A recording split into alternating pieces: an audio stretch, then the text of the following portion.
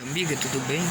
Que Deus possa abençoar abundantemente você que segue esse canal. Você que segue esse canal, você é uma pessoa que tem boas escolhas, porque é um canal que fala sobre a palavra de Deus, e a palavra de Deus é luz, a palavra de Deus é sempre bom. E hoje eu quero falar com vocês aqui sobre uma coisa interessante. Às vezes nós falamos das histórias contidas dentro da Bíblia, e eu queria conversar com você sobre a história da Bíblia, porque essa Bíblia, ao contrário do que muita gente pensa, ela tem uma história. Ela não apareceu assim de repente como um passe de mágica, já com zip, com edição, com tradução. Ela teve um processo histórico, e esse processo histórico ele é muito importante da gente entender. Tudo que eu for dizer aqui, você pode pesquisar na história, tem livros e tem documentos registrados. Mas vamos, como eu sempre gosto de fazer vídeos pequenos, eu vou abordar aqui nessa introdução toda a história da Bíblia de forma resumida. E depois eu vou prosseguir aprofundando parte por parte. Mas vamos nós. Nós sabemos que os 5 primeiros livros da Bíblia, o Pentateuco, ele foi escrito por Moisés. Só que antes de Moisés escrever, o povo já tinha fé. O povo escravo já tinha fé em Deus. Eles já conheciam a história de Abraão, de Isaac, de Jacó. A fé, ela começou oral, ela começou de pai para filho, de pai para filho, sempre alimentando essa esperança no libertador. Somente quando Moisés surge, ele começa a escrever, compilar, documentar aquilo que já era uma fé oral do povo.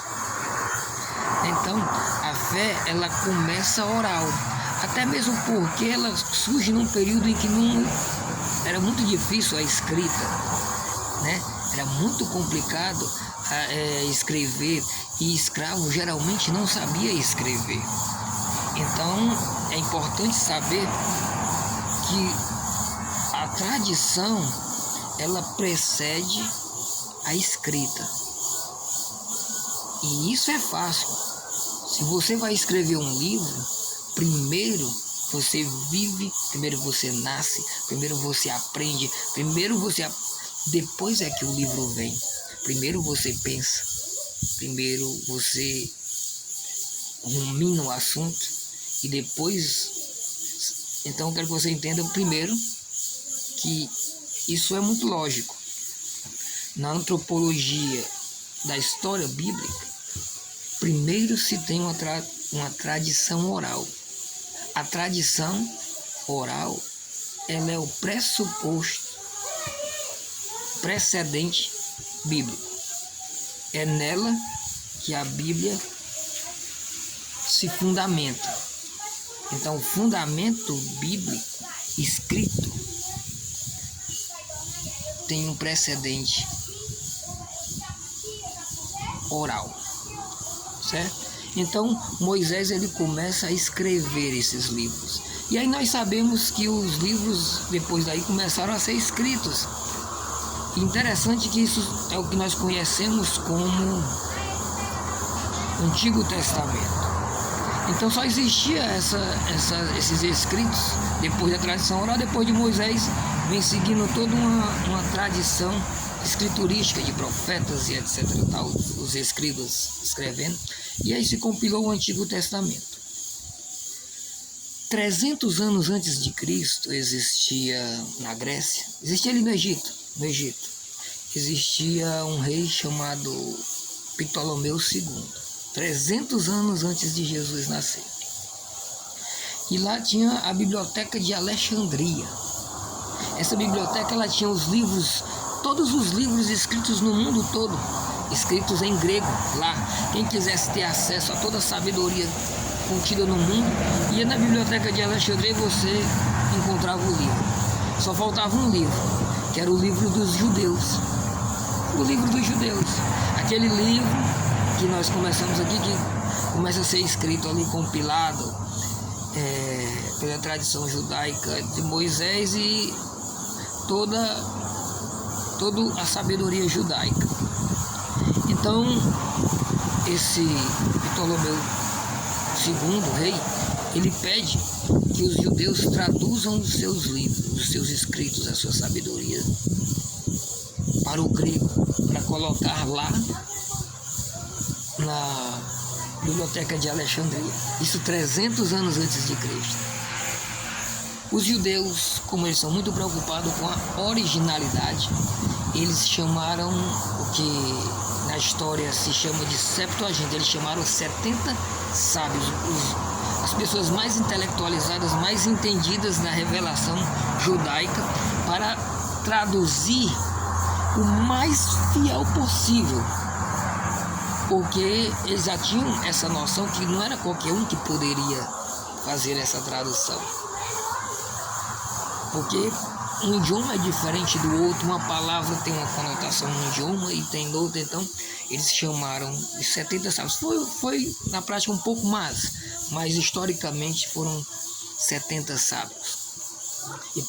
E pelo fato de ser 70 sábios, foi chamada essa versão, que também é original, do hebraico para o grego, de Septuaginta. Então, a Septuaginta, anota no teu caderno, ela é oriunda antes de Jesus nascer. Interessante, né? Só que essa Septuaginta ainda não é a Bíblia. Ela é a tradução do Antigo Testamento, a Taná, o Antigo Testamento judaico, em hebraico, para o grego. Ela ainda não tinha os livros de Mateus, os livros do Novo Testamento. Então ela ainda não era a Bíblia, como nós conhecemos. Ela era conhecida como Escrituras Sagradas. Não é à toa que o Novo Testamento, quando refere-se a ela, não se refere como Bíblia, se refere como as Escrituras Sagradas, né? E Paulo fala, né, toda a Escritura. Ele não fala toda a Bíblia. Por quê? Porque na época dele, nenhum livro dele ele sabia que talvez fosse estar contido em um livro chamado Bíblia. Então ele fala toda a Escritura é inspirada por Deus, ele se referindo aos livros do judeu. Agora é interessante que quando a gente, já com o olhar agora moderno, começa a ler os escritos do Novo Testamento, todas as vezes que os apóstolos, nos seus livros do Novo Testamento, cita o Antigo, eu vou fazer uma pergunta para você. Ele cita a versão judaica em hebraico, ou ele cita a versão judaica ou ele cita a versão em grega da Septuaginta? Todas as referências do Novo Testamento ao Antigo são da Septuaginta. Como os apóstolos utilizavam a Septuaginta para se referir ao Antigo, Jesus, ao citava a Septuaginta, a igreja começou a utilizar nos seus ensinos o mesmo que os apóstolos utilizavam, porque a referência sempre é Cristo, sempre são os apóstolos. Então todas as vezes que a igreja ia ensinar, ela usava a referência que os apóstolos usavam, a Septuaginta. Ela não usava a versão hebraica.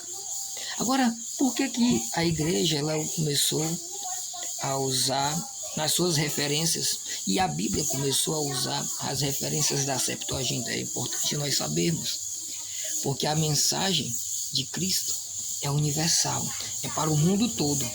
E se ela fosse utilizar a versão hebraica, ela ia nacionalizar uma mensagem, ia ficar sempre só para os judeus, só para o entendimento judeu.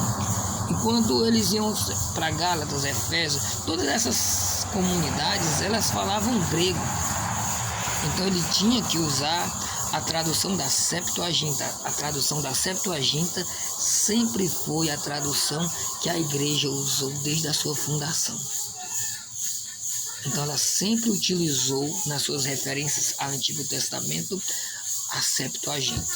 Né? Hoje nós temos uma diferença de Bíblia, que as Bíblias protestantes elas usam a referência judaica, né? Tem seus critérios, mas a igreja ela sempre usou a Septuaginta, porque era o que os apóstolos utilizavam, era o que Jesus utilizava.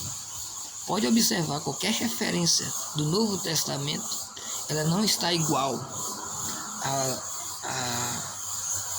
tradução em hebraico, ela está igual à Septuaginta, fiel. Então, a Septuaginta é o Antigo Testamento que os cristãos sempre usaram. Interessante que quando a Septuaginta foi feita, ela já foi feita com todos os livros do Antigo Testamento que a Igreja Católica adotou na Septuaginta. Né? Esses livros eles não têm na versão judaica, mas como era a que os apóstolos utilizavam, como os evangelhos fazem muitas citações dela, você começa a perceber que ela é o livro da igreja desde sempre. Agora vamos lá, vamos dar um prosseguimento. Então só existia a tradução judaica e a mesma escritura sagrada que chamamos de Antigo Testamento em grego. E aí Jesus vem e todo o ensino dele é oral. Jesus também não escreveu nada. Nós vemos lá no finalzinho de Mateus, ele diz assim, ó: ide por todo o mundo e pregai o evangelho. E aí é interessante a gente se perguntar, que evangelho é esse? Se ele mesmo não escreveu nada, se até então nenhum apóstolo tinha escrito nada, o evangelho se tornou também oral. Era oral. Era repassando para as pessoas aquilo que eles aprenderam oral do próprio Cristo. Cristo não escreveu nada, tá aqui, ó, siga este livro. Era oral. Então, do mesmo jeito que o Antigo Testamento começa oral e depois é escrito, o Novo Testamento ele começa oral. Historicamente registrado, os primeiros escritos do Novo Testamento surgiram no ano 55 depois de Cristo. Então vamos raciocinar aqui que Cristo morre com 33 anos e só no ano 55 é que surge o primeiro livro do Novo Testamento que, acreditem, não é nem Mateus. O primeiro livro escrito, registrado, é 1 Tessalonicenses. Então, os livros, depois eles começaram a ser escritos aleatoriamente, porque a igreja ela se comunicava por meio de cartas.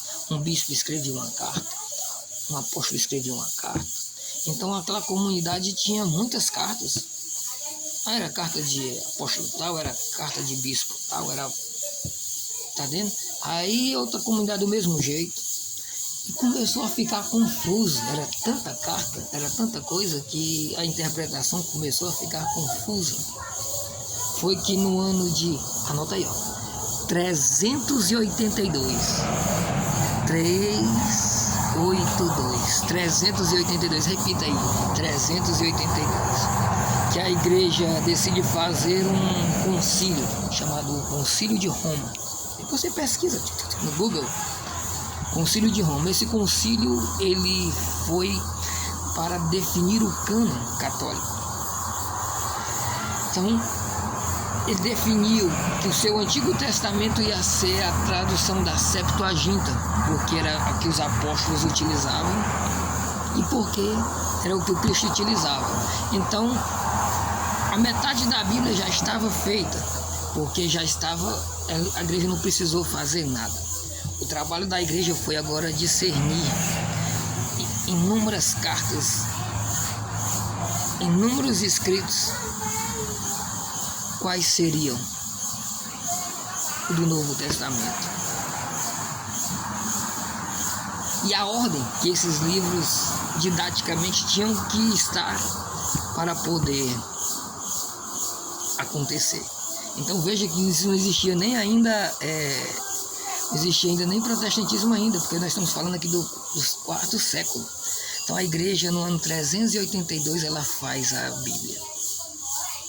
E pela primeira vez, se você depois pesquisar qual documento desse concílio, pela primeira vez é falado o nome Bíblia, porque até então era escrituras. Eles pegaram a escritura que tinha e colocaram as cartas, os escritos e os testemunhos dos apóstolos. Juntou os dois e montou uma biblioteca, que é o que nós entendemos agora por Bíblia. E nessa época o Papa era Damásio I. E ele escreve no seu documento: este livro é a Bíblia e é palavra de Deus. E até hoje nós acreditamos que a Bíblia é palavra de Deus. Agora imagine você, se nós fôssemos escrever um livro agora e dizer que é palavra de Deus. Vamos chamar a gente de doido. Então, essa aqui que é a Bíblia.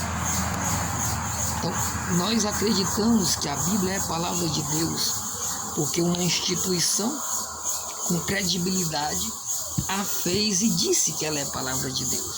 Então, já se vem do pressuposto que eu preciso acreditar na igreja para acreditar no livro que ela fez. E a palavra é fez, não é escreveu, fez. Ela pegou o que já estava feito do Antigo Testamento, no ano 382, e colocou os escritos, decidiu daqueles escritos do Novo Testamento quais que estariam representando a vara de medir, para tirar lá na confusão. Aqui é a vara de medir. Então tá dando para entender, não tá? Então a Bíblia nasce no ano 382, no Concílio de Roma. Aí passa século V, século VI, século VII, século VIII, século IX, século X. Nós chegamos em 1515, 1517, 1520. Ali começa a história chama de Reforma Protestante, né? A Revolta Protestante. E interessante que essa Revolta Protestante, ela também não tirou os livros da Bíblia ainda. Todo esse tempo, a Bíblia com os livros. Não é à toa que, se você vê as teses de Calvino, Calvino utiliza os livros que posteriormente foi tirado. Então, os primeiros protestantes, eles tinham a Bíblia igualzinha dos católicos, igualzinha a Bíblia feita no 382. No século XVII também, somente no ano de, anota aí, 1825, em um concílio na Holanda, um concílio protestante, a Sociedade Bíblica, ela começa a pressionar os protestantes. Ficava muito complicado questionar contra a igreja, utilizando os livros que ela fez. Então eles começaram a tirar os livros de fundamentação católica, dizendo que esses livros são católicos, esses livros não são inspirados. Então, somente no ano 1825, a Sociedade Bíblica Britânica tirou os livros, tirou 7 livros, e aí a confusão começa. Porque ficava impossível questionar baseado num livro em que os argumentos estavam ali. E tudo isso que eu estou dizendo para você, você pode pesquisar na história. Ano 382, a Bíblia, como ela é Antigo e Novo, com o nome de Bíblia, foi feito. Então a Reforma Protestante começa no século XVI e continua com os mesmos livros. Nós sabemos que o próprio Lutero tentou tirar o livro de Tiago, mas depois se arrependeu e voltou de novo. Ele faz uma carta aberta dizendo que alterou a passagem, colocando o nome somente, para poder justificar as suas teses. Tudo isso está registrado em documento do próprio Lutero. Quando se estuda a teologia protestante, se estuda esse documento que ele mesmo escreveu. Então nós observamos que, na verdade, não foi a Igreja Católica que colocou, porque esses livros de conflito, eles não são do Novo Testamento. A Igreja só colocou os do Novo Testamento, ela só fez discernir o Novo Testamento. O do Antigo já veio lá da tradução dos 70. Eles foram que traduziram os seus escritos, formando ali o seu cânon, e usando de referência para os apóstolos. Se deu para você entender, coloca aí, deu para entender. Se não deu para entender, também coloca aí. E depois nós vamos aprofundar mais isso.